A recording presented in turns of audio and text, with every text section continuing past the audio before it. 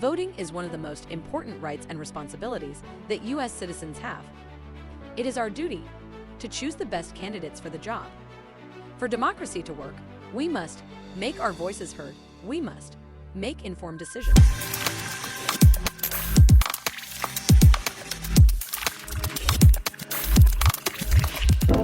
Hello, ladies and gentlemen. My name is Richard Diaz. I'm with the Inglewood Times. Election time is now November 8th. And what we did, we reached out to the different candidates and we asked them, why are you running? What have you done? What do you plan to do?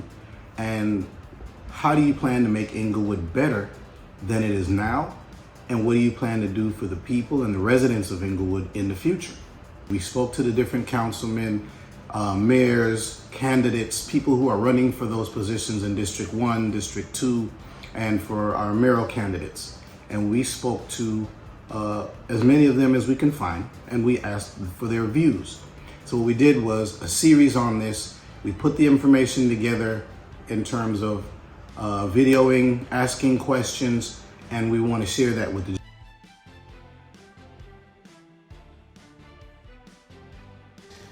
My name is James T. Butts Jr. I'm the mayor of the city of Inglewood. This is my third term, finishing up 12 years. It's my 50th year of municipal service to the public in Inglewood, Santa Monica, and the city of Los Angeles. I'm a 19-year veteran of the Inglewood Police Department. I left as the Deputy Chief of Police. In 1991, at the age of 37, I was appointed as the Chief Designate for the city of Santa Monica, where I spent 15 years leading that department. Next, I went to Los Angeles World Airport System. I was Assistant General Manager in charge of counterterrorism, public safety, security, and traffic for the 4 airports in the system at that time. And now, we're about to embark on my 4th term, and the best is yet to come. So let's think about the city of Inglewood that I left. It was home of the 3-peat Showtime Lakers, the Kings of Hockey, the Airport Park Hotel was still here. The racetrack did about 43,000 people a day, 6 days a week. We had a Sizzler and a Big Donut and some good dining. When I came back 20 years later, all that was left was a Sizzler and a Big Donut. No money in our general fund reserves, and pending bankruptcy in September of 2011. Since that time, we have turned things around completely. We went from a BBB- bond rating, which is 1 step above junk, to AA+. We went from a 17.5% unemployment rate down to 4.7% pre-pandemic. We built the largest senior center in the state of California, and it serves our seniors on a daily basis. Now we're home of the Rams and the Chargers, YouTube Theater, NFL Network's left Culver City to come here. The LA Philharmonic Youth Orchestra program left Los Angeles to come here. The Girl Scouts of Greater Los Angeles, 35,000 strong, left Marina del Rey to buy a building in Inglewood. We have development agreements in all these big projects, the Intuit Dome for the Clippers, SoFi for the Rams and the Chargers, and the rebuilding of the Forum way back when, that had 30 to 35% local hire goals. And that is what has cut our unemployment rate. We are a safer city than when I got here, and we're in our 9th consecutive year of the lowest consecutive crime rates in the history of crime stats in Inglewood. This has been a magnificent resurrection. In less than 8 years, property values have tripled. And what does that mean? It means our residents now have generational wealth to pass on to their children. We have the strictest rent control ordinance in the state of California, 3% cap per year, and that's lower than any other city. We're proud to say we're the new Inglewood with the same people.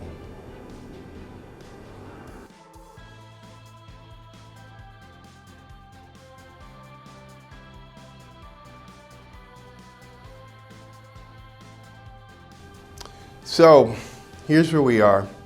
Even though we've come a long ways, we're still an embryo.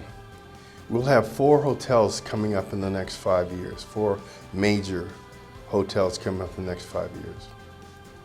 Showtime is opening in production studios in the north end of Inglewood.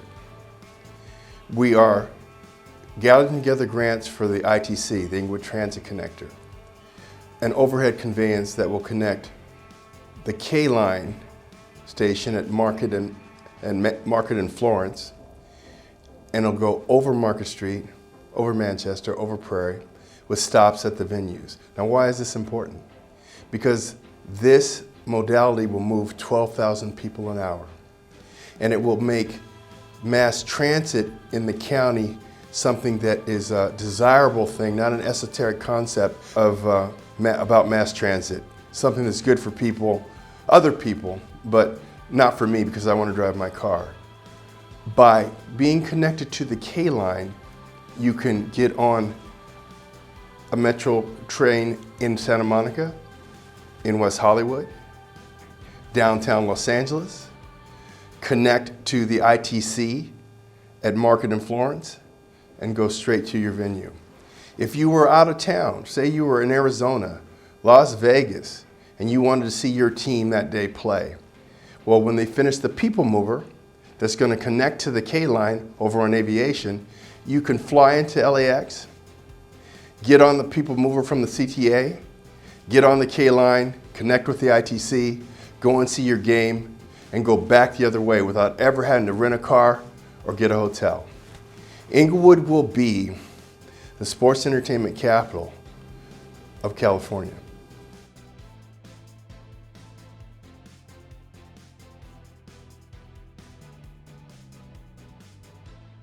Explain that. Well, you know, whenever a city enters into development agreements, that's the time when you put in the caveats that you feel will benefit the residents. In all of our development agreements, they have between a 30 and 35% local hire goal that is verified by certified payrolls.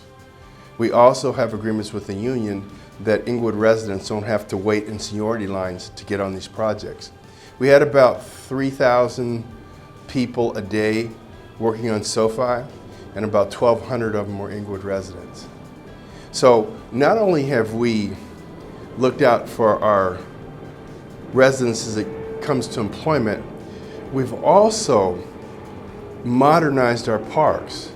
We spent about $1 million to put in a junior league football field alongside of a soccer field at Edward Vincent Park. We've remodeled almost all of our baseball diamonds. The Lakers remodeled our basketball courts at Edward Vincent Park. And we have a city-subsidized youth tennis program for low-income families where they pay $35 a month and their children are trained in tennis by former Olympic competitors. So we've renewed our infrastructure. We've paved more lane miles of roadway, more linear feet of sidewalk, cut more trees in the last 7 years than the prior 30 years combined. We were a city that had an extraordinarily delayed infrastructure repair situation, and now we're almost caught up.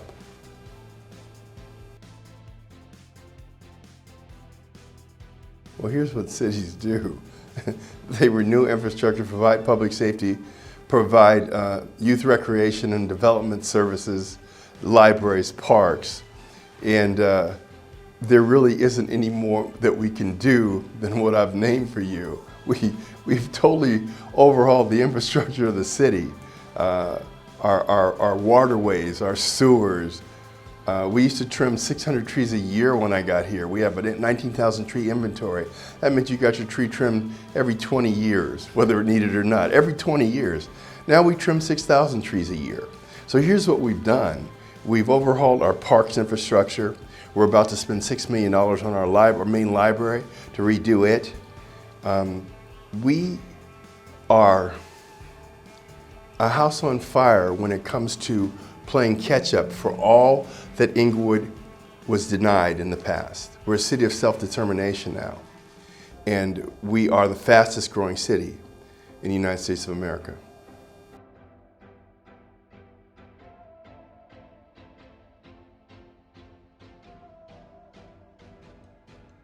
When you talk like that, You're talking the same way the whites in Inglewood from 1908 did, when Inglewood was the Southern California headquarters for the Ku Klux Klan from 1922 to 1937. They said those exact same things when they wrote covenants into all the properties that you could not sell to a non-white person.